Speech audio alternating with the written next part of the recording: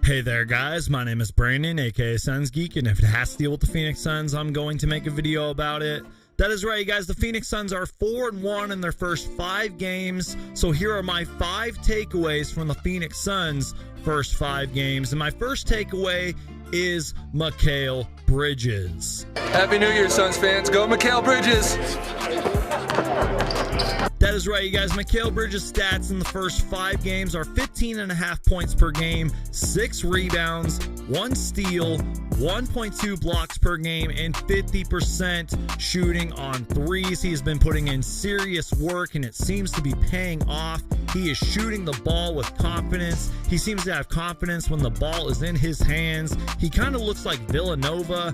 Mikal Bridges, he has 14 3-pointers made in the first 5 games of the season, and I can't take credit for finding this last stat, but Mikal Bridges currently has a 73% true shooting percentage and 0 turnovers this season. Monty Williams said, and I quote, "He's a guy where we value everything he does. His intentions are great. It's good to see his work paying off."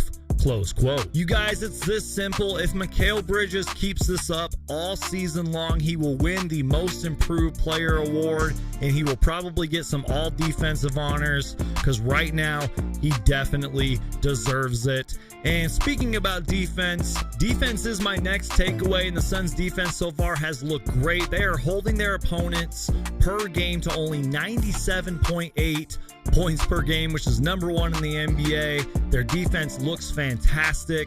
You know, a number of players have talked about it being their identity on the defensive end. They are rotating and moving as a defensive unit. They are contesting shots. They are hustling. It is great to see. And you guys, if the Phoenix Suns can hit their threes consistently throughout the game and throughout the season, they will be really hard to beat.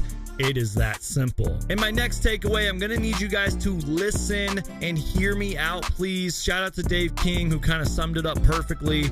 Devin Booker's offensive numbers are down, along with DeAndre Ayton and Chris Paul's offensive numbers. But yet the Phoenix Suns are 4-1 with the league's 2nd best net rating and one of the best defenses in the NBA. Now, hear me out on this one. Devin Booker now has 27 turnovers throughout 5 games of the season. Steve Nash, who had 28 in 2011, is the only player with more in Suns franchise history. And I point that out for a reason, you guys, because Devin Booker, despite his offensive struggles, despite the turnover struggles, he has been playing pretty good. And I guess it is a really good sign that the Suns do not really need their superstar to win games.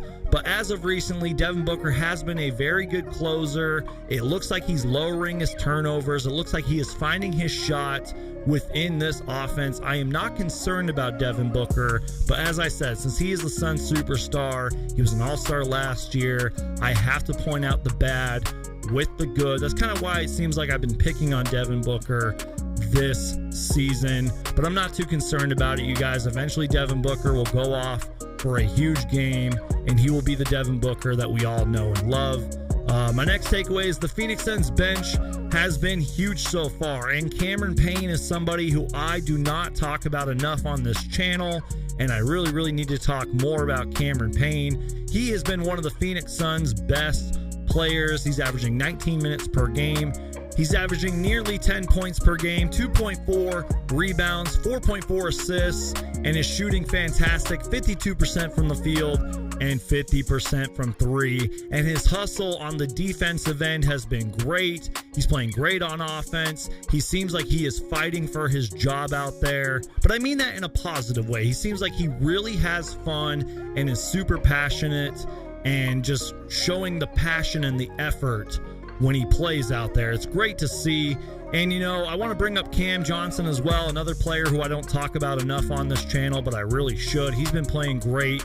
You know, if Dario is injured or is not playing well, and if Langston Galloway doesn't have it going from 3, both of the Cams are players that we can rely on to be our bench production and help win us games, and that is what we have seen so far within the first 5 games. And honorable mention to Javon Carter. We know what he can do on the defensive end, but he seems like he found his shot against the Utah Jazz. So once Javon Carter gets it going, we can add him to the list of the Phoenix Suns bench players who have been huge.